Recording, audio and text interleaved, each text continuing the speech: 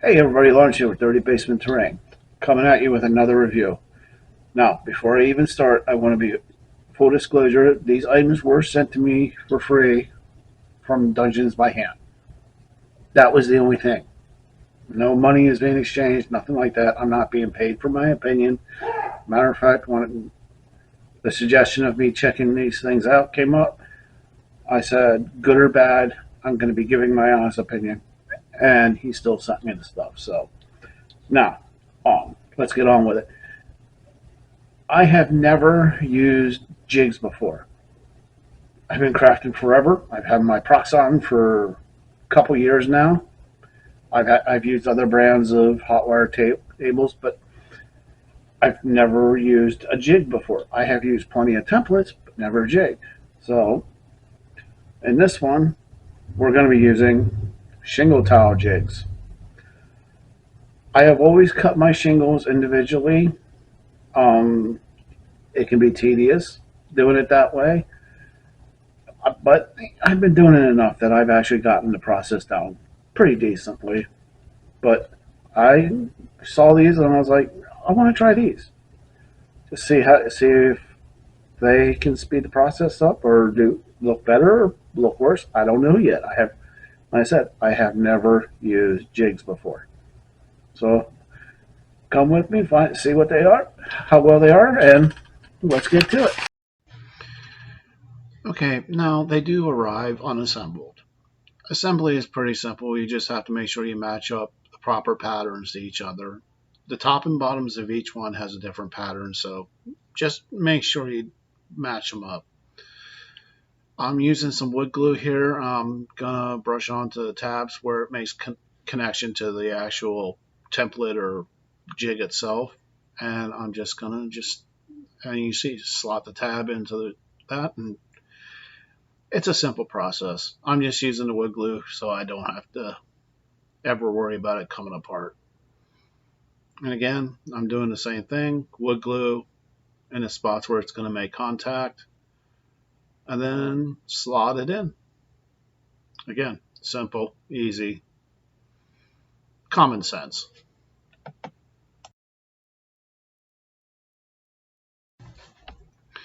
And of course, I'm going to glue on the other half of the jig.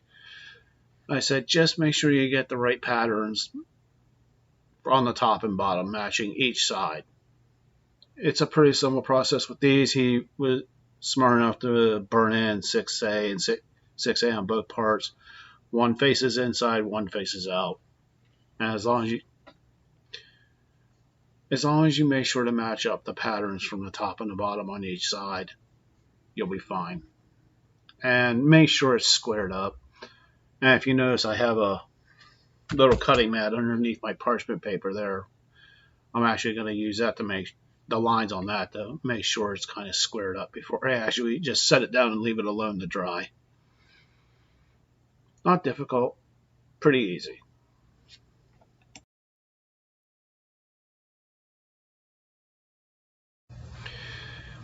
Here I'm just measuring a width of 5 3/4 inches, which is the inside of the jig. The overall length is 6 inches, but the wood is an 1/8 inch thick, so between each end that equals up to 1/4 inch. So the inside is 5 3/4. And I'm using my 1 inch thick foam, which is the thickness of the jig, and cutting down a big long strip into the proper width. Now this actually wound up being a completely unnecessary step, but I wanted to square off the end for some reason, which I could have just put the jig over down far enough, and then that would have been fine.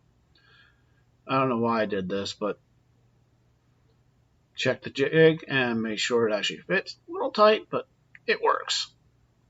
Now let's try and actually cut these out.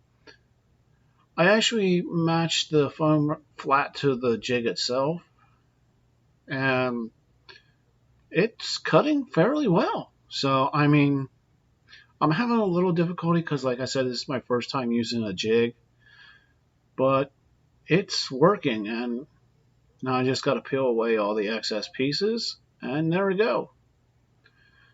Okay, now I'm actually marking out the jig itself, and so I'm going to cut the piece off, as you can see, or the shingles.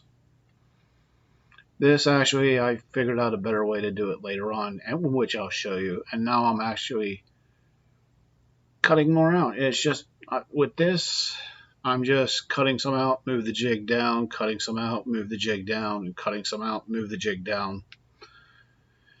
Like I said, if I'm going to use this, I'm going to actually do a lot, because I got a lot of buildings I got to make eventually. And I would rather make a lot more than I need at any given time than need more than I have. Okay, see, now I'm wising up, and I just set my guide to an inch in length, which is what the jig is, which the jig itself is, and I'm just going with that for now. And I'm going to cut out some more, as you can see. I'm actually starting to get the hang of it at this point. Like I said, this is me using a jig for the very first time. So this works. Slide it down. Now you see I didn't mark it off with a Sharpie again. So, because my guide's at 1 inch.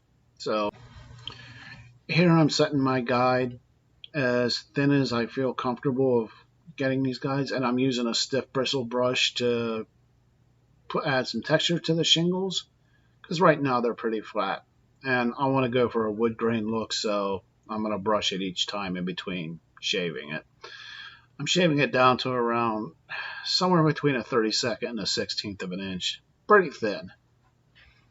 So it's definitely better to try and texture them before you shave it. That way, because if I would wait until after I cut it, they would tear apart easily. And as you can see there, they look like wooden shingles. Now, if you would want to go for like a slate stone shingle, you wouldn't texture it like this. But like I said, I'm going for a wood shingle look to my building, so I'm going to texture it with my brush here. Like I said, it's just a stiff bristled plastic bristled, that's pretty stiff brush. But again, the process, it makes it even look a little bit monotonous, but put a podcast or something on and the time will fly and you won't even realize how fast it's going, and it's all working out.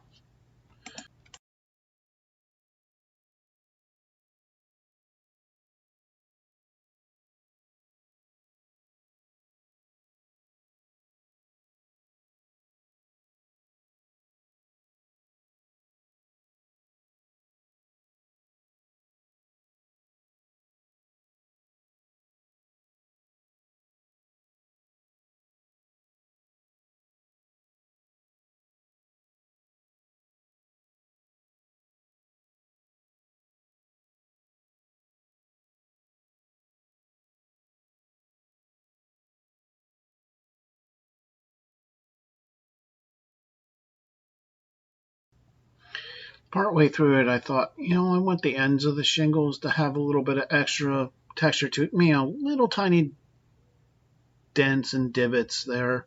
So I grabbed my texture brush and just ran it over the ends of where the shingles are going to be. Just this is a totally unnecessary step, but I wanted to do it just to give it that tiny little bit of extra detail. And when you slice it up, those will show just a tiny bit. Now, I've done several here. These actually aren't all the stacks I've done. But all in all, this process took me, I would say, roughly 3 hours from the time I first assembled it to everything. 3 hours total, and I have enough shingles to do, I would think, maybe roughly about 4 to 5 medium-sized buildings. In my honest opinion, they look pretty good. So,